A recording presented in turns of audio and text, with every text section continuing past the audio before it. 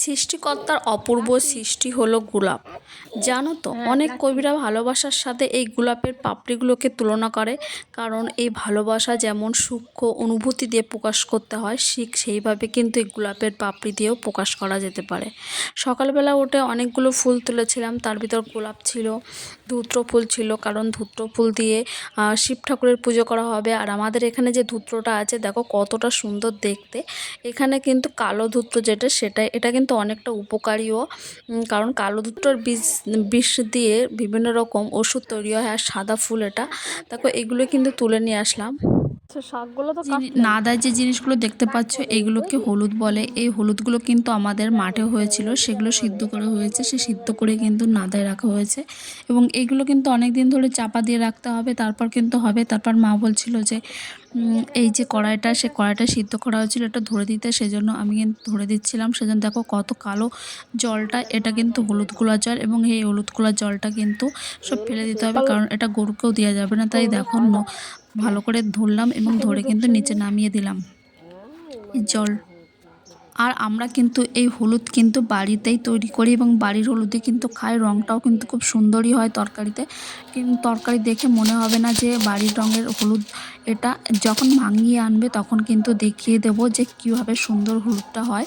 পুরো হলুদগুলো পাউডারের মতনই লাগে দেখতে। তারপর দেখো এখানে তারের কাজ হচ্ছিল, সেটা একটু কাজ করে দিলাম। বিড়ালগুলো কত সুন্দরভাবে চলে গেলো এদিক ওদিক, এবং আলু তার জলটা সঙ্গে যে কালো বস বিড়াল। আর এদিকে দেখো যে গোলাপ গাছটা যা বলছিলাম, গোলাপ গাছের পাতাগুলো কেমনভাবে ঝরে ঝরে পড়ছে নিচের দিকে। এইভাবে রান্না করা হয়েছিল, সেগুলো কিন্তু খেয়ে নিলাম। হয়েছিল হলো পেঁয়াজ কলি ভাজা, আর হয়েছিল কলাই শাকের তরকারি, তরকারি না ঘন্ট এটা। তারপর ছিল হলো যেটা ফুলকপিতে মাছ রান্না হয়েছিল, সেই ফুলকপির তরকারি। এবং এভাবে কিন্তু খাওয়া হয়ে গেল।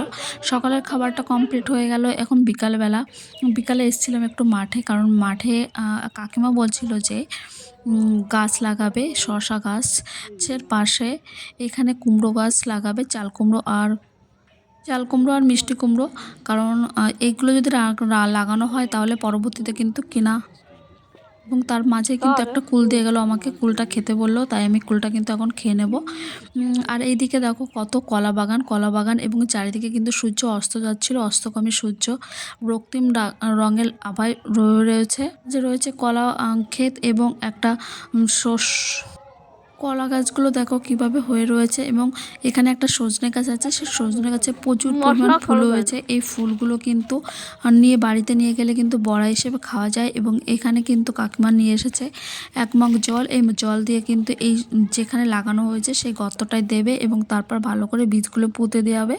তারপরে গাছগুলো হয়ে যাবে, কারণ মাটিটা ততটাও শুকনো মাটি রয়েছে বলে জলটা দিতে হবে। জল না দিলে কিন্তু এই যে এই বীজগুলো কিন্তু ভালো করে চারা বের হবে না, অঙ্কুর বের হবে না। আর এই যে ভালো করে জলটা দিয়ে দিল, জলটা দেওয়ার পর কিন্তু মাটিটাও দিয়ে দিতে হবে ভালো করে, কারণ কাঠবিড়ালি বা অন্য কোনো জীব এসে কিন্তু খেয়ে যেতে পারে। তাই সুন্দর করে কিন্তু মাটিটাও দিয়ে দিচ্ছে এইভাবে। আর এদিকে যে কলা গাছগুলো পড়ে রয়েছে, এগুলো কিন্তু সব শুকনো কলা গাছ। এই শুকনো কলা গাছগুলো সব মাটিতে ফেলে রাখা হয়েছে।